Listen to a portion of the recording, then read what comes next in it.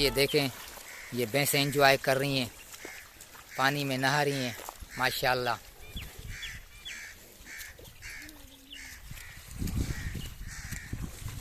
ठंडे ठंडे पानी का मज़ा ले रही हैं। ये बरसात हुई थी, उस बरसात का पानी यहाँ पे खड़ा हुआ है।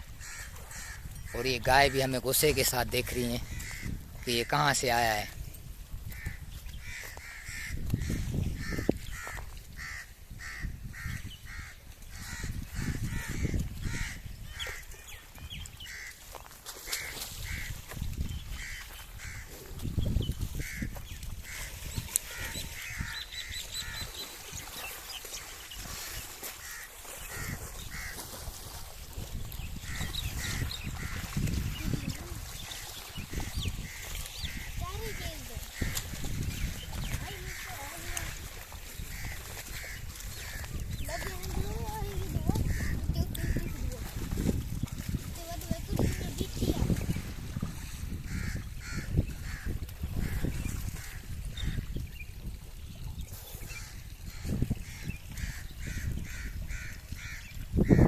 नाज़रीन, अगर ये वीडियो हमारी आपको पसंद आए तो इसे लाइक करना, शेयर करना और सब्सक्राइब करना, बड़ी मेहरबानी। अस्सलाम वालेकुम।